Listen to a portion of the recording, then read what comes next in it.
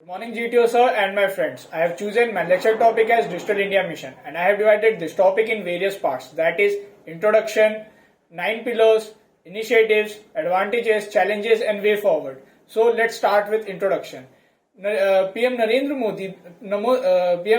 Damodar Das Modi launched this campaign on 1st of July 2015 to empower the people of India with digital services and to cater government services electronically to the development of online infrastructure as well as internet connectivity.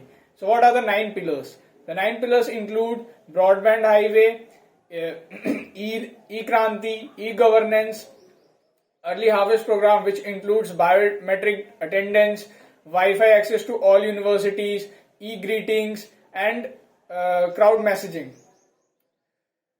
It also includes information to all, public internet access program, mobile connectivity and IT jobs for all as well as electronic manufacturing. So what are the initiatives? The initiatives under Digital India Mission are DigiLocker, which includes that every digital documents will be saved there for the future references. eNAM, that is National Agriculture Market. It is a electronically trading portal which will create mandis network for the national market of agricultural commodities. Future Skill. METI collaborated with NASSCOM to provide future youth the future technologies like AI, artificial intelligence, virtual reality, Internet of Things, cyber security, etc. Now, what are the advantages of it?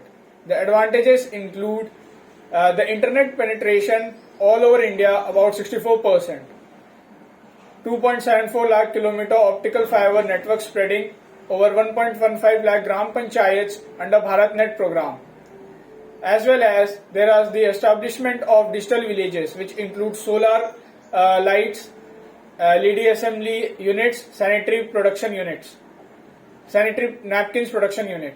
What are the challenges? We know that in India, the urban educated male have more access to the internet, as 45% of male has internet access while 30% for the female. As well as the mobile connectivity, about 78% of Indian male have the mobile, whereas female stands at 62%.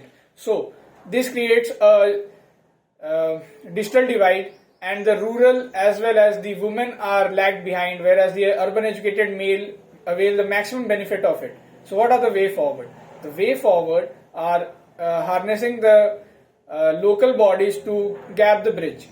Asha workers are providing education as well as spreading awareness to the women regarding this mission.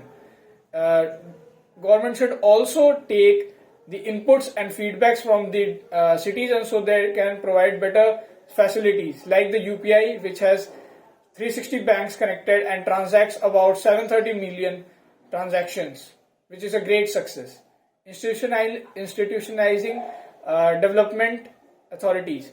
Denmark has its own citizen lab which unifies the stakeholders, government as well as citizens for the inclusiveness and better facilities. So Niti Aayog can take lead and make it a better place. So what is my conclusion? The conclusion I made that Digital India Mission is a very powerful mission which will transform India from a back-driven state to the digitally empowered state, and it will focus on the people of India to make it digitally empowered and make India a superpower. Thank you.